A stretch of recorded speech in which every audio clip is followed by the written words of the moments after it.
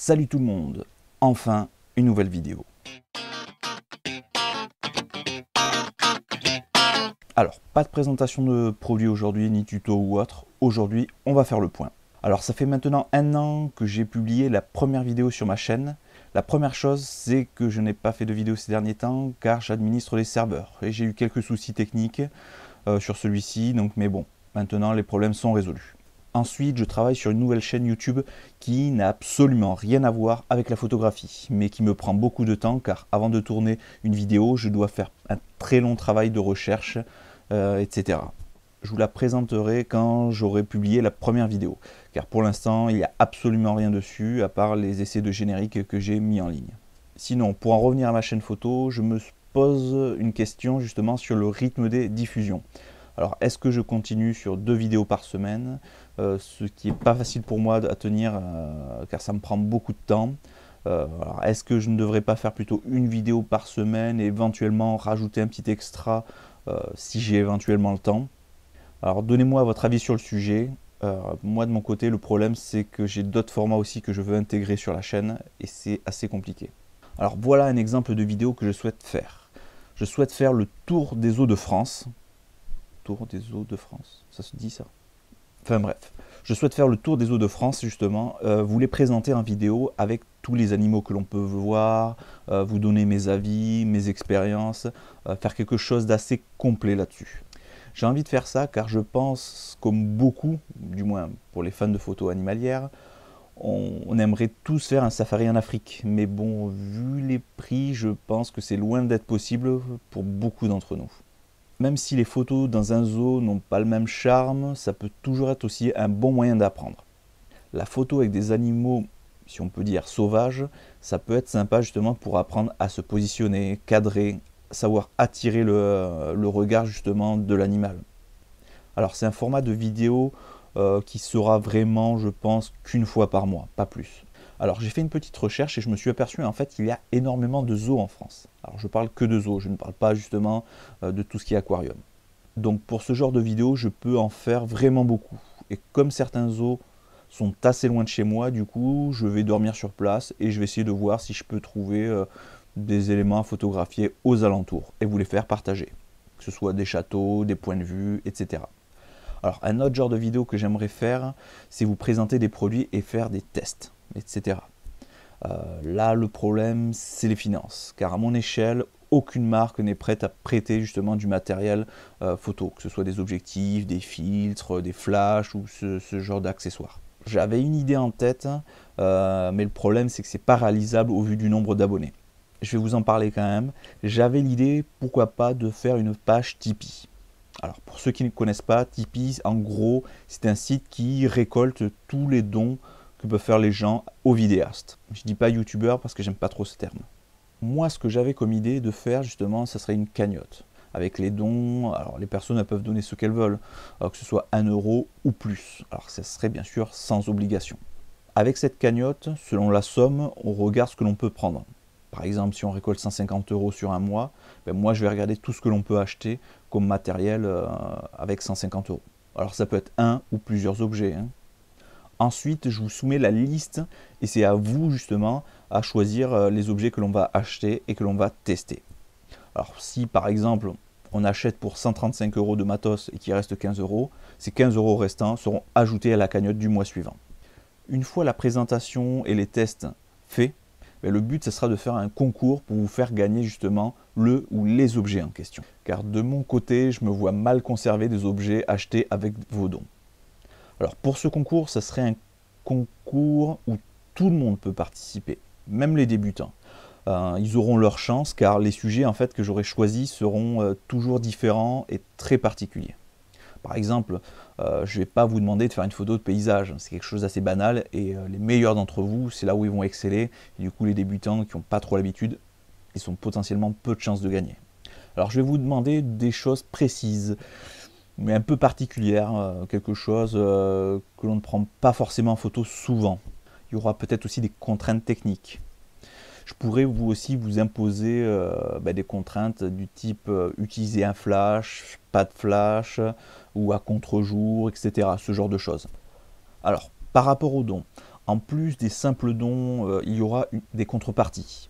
Alors par exemple, pour ceux qui souhaitent donner 1 euro, ben, je ferai diffuser leur nom à la fin du générique, en remerciement. Par exemple, pour ceux qui donnent 2 euros, ben, eux, ils auront un accès aux prochaines vidéos anticipées, au cours du mois par exemple. Après, pour ceux qui feront des dons, par exemple de 5 euros, là, ce qu'on peut faire, c'est essayer de faire une revue photo, justement, comme fait d'autres vidéastes, justement. Regrouper toutes vos photos et les présenter, justement, les diffuser, quelque chose comme ça. Alors, je ne suis pas fixé sur le fond et la forme, mais faire quelque chose un peu comme ça. Après, ce que je peux proposer aussi, c'est faire un genre pour 10 euros de dons. Ben, vous avez accès à toutes les autres contreparties, c'est-à-dire vous aurez votre nom dans le générique, vous aurez un accès aux vidéos anticipées, la photo par exemple diffusée dans la revue photo, et en plus ça vous donne accès par exemple à une session Skype. Je vois qu'il y en a beaucoup qui demandent, qui posent des questions, mais ce serait l'occasion justement de faire un don, participer à l'achat de l'objet, pouvoir tenter de le gagner et avoir toutes ces contreparties en même temps, je pense. Je pense que c'est plutôt intéressant.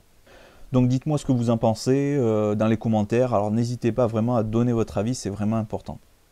Ensuite, je souhaite mettre en place 2 autres types de vidéos. Alors des vidéos sur Photoshop, Lightroom. Alors s'il y en a d'autres qui sont intéressés, merci de me mettre les liens dans la description de la vidéo. Par exemple, si vous voulez faire que je fasse des tutoriels sur des logiciels qui sont gratuits, comme Darktable, etc.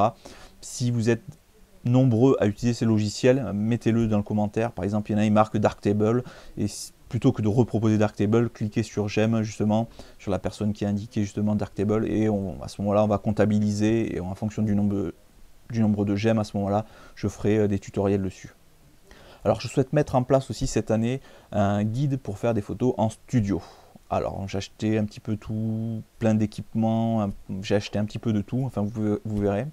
Alors mon but c'est de faire vraiment un guide complet. C'est-à-dire je prends quelqu'un qui sait tout juste faire des photos et qui veut vraiment se mettre au studio, qui ne connaît absolument rien en termes de lumière, d'emplacement, etc. Et ensemble justement je vais expliquer comment et pourquoi installer les lumières à telle position, etc. Voir tous les accessoires, par exemple le nid d'abeille, toutes ces choses là. On verra ensemble justement tout sur la photo de studio. Alors c'est pour ça que votre avis m'intéresse beaucoup et que j'avais ouvert un sondage que j'avais mis dans plusieurs de mes vidéos. Donc il y a le sondage justement qui est en ligne sur mon site internet, et vous avez un petit questionnaire et justement qui vous demande le type de photo, de modèle qui vous intéresse, si c'est du portrait, mode, etc. Donc sinon au niveau abonnés, actuellement on est à 145 abonnés. Alors pour moi, est-ce que je pensais arriver à 145 abonnés plus ou moins au départ? Alors au début je me suis toujours dit ça allait être dur, ça allait être long à démarrer, car ce qui se passe c'est que moi je ne communique pas, ou du moins difficilement, sur les sites internet. Je pense que c'est beaucoup le cas, surtout quand on va sur un site internet, que vous vous inscrivez sur un forum, on se heurte très souvent, pour pas dire tout le temps, à l'élite, avec les guillemets bien sûr, de la photographie. Souvent quand vous allez aborder un sujet, vous allez vite être je sais pas comment dire, mais on va vite vous prendre pour un con. C'est beaucoup cette impression-là que j'ai sur enfin du moins en tout cas pour les forums français. Moi, je tourne beaucoup aussi sur des forums québécois, et c'est vrai qu'ils sont beaucoup plus ouverts sur les discussions. J'ai pu aborder des sujets avec certaines personnes, et j'ai pu le faire sans se sentir agressé par d'autres qui arrivent, tu dis c'est de la merde, etc. Ce genre de choses. Je pense que ça arrive souvent aux débutants qui vont sur des forums. C'est vrai que c'est assez, moi je trouve ça vachement frustrant. C'est pas très agréable quoi. Donc moi d'habitude j'ai l'habitude de discuter sur des forums pour d'autres trucs, mais là sur la photo j'ai vraiment pas voulu le faire. J'ai juste discuté ou répondu à 2-3 personnes qui avaient des questions sur des forums, qui n'arrivaient pas à faire 2-3 trucs, parce qu'il y a vraiment une communauté assez énervante. Alors c'est une communauté qui n'est pas liée à la photographie. Moi je suis à la base vraiment sur le domaine de l'informatique, et je peux vous garantir que c'est la même chose pour les forums informatiques. Je crois que c'est même sur tous les forums. Il y a les cons, les gens qui t'aident et les débutants. Je pense que c'est partout. Bon, sinon, pour en revenir au nombre d'abonnés, 145 exactement. Récemment d'ailleurs, comme j'ai pas tourné de vidéo, ça fait un peu plus d'un mois là, le nombre d'abonnés a commencé à bien grimper, parce que j'étais aux alentours des 120 et quelques, et d'un coup c'est monté à 145 assez rapidement. Je sais pas trop pourquoi, d'un coup, il y a eu une journée, je crois que j'ai pris 8 abonnés d'un coup. Alors c'est très peu, certes, moi personnellement, je fais pas la course aux abonnements, moi je fais ça par plaisir, j'aime partager. Si après on peut avoir une petite communauté un peu sympa, s'échanger, faire intervenir des gens. D'ailleurs, là, je suis en discussion avec quelqu'un. Bon, je vous en dis pas plus. C'est sur un petit reportage photo que je veux faire. Je vais pas en parler. Je vais pas parler du sujet que je devrais faire, qui devrait arriver courant fin mars, début avril. Je pense que ça sera plutôt intéressant justement. Je vais faire des petites sessions avec d'autres photographes et je pense que ça va être plutôt cool justement. Sinon, toujours dans les statistiques, on a dépassé les 10 000 vues, on a dépassé les 200 j'aime sur l'ensemble des vidéos pour cette année. Alors pour les vidéos les plus vues, en fait, alors c'est le Flash Viltrox JY610 avec 3800 vues. Ce qui est assez impressionnant pour un flash qui est relativement basique. Mais je pense que c'est dû aussi beaucoup aux étrangers, parce que j'ai eu quelques personnes qui m'ont posé des questions dessus. Après l'hyperfocal, voilà, 1500 vues. Après le projet Halloween, voilà, c'est une vidéo que j'avais tournée. À la base, en fait, c'est un shooting, comme j'avais expliqué, que je voulais faire. Puis je me suis dit, pourquoi pas essayer de faire un petit truc. C'était vraiment fait à l'arrache, un peu comme ça. Mais bon, c'était rigolo, ça a fait les 1000 et quelques vues, quoi.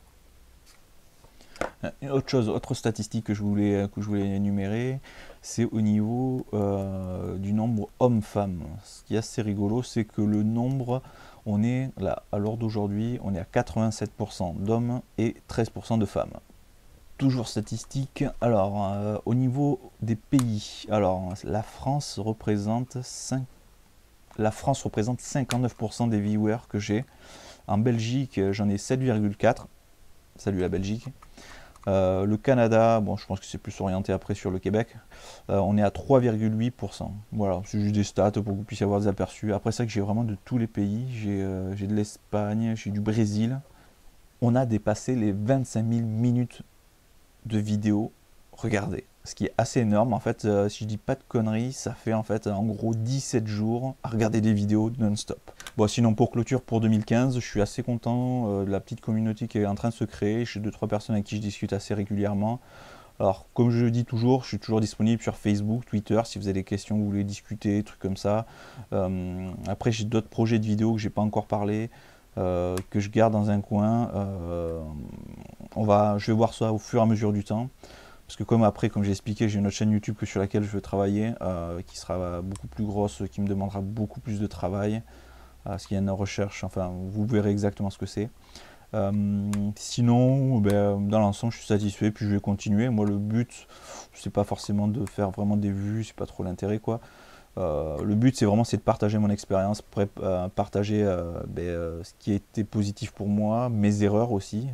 Comme quand je vais tester certains matériels, je l'ai déjà fait pour certains flashs, je l'ai dit voilà, que c'est des flashs qui sont destinés vraiment à éclairer des fonds, comme justement le Viltrox, le JY610, c'est un flash en fait qui n'a pas de réglage de puissance, qui tourne toujours à pleine puissance et on ne peut pas faire du coup grand chose avec, ou alors c'est hyper compliqué, on doit gérer avec le diaph, etc.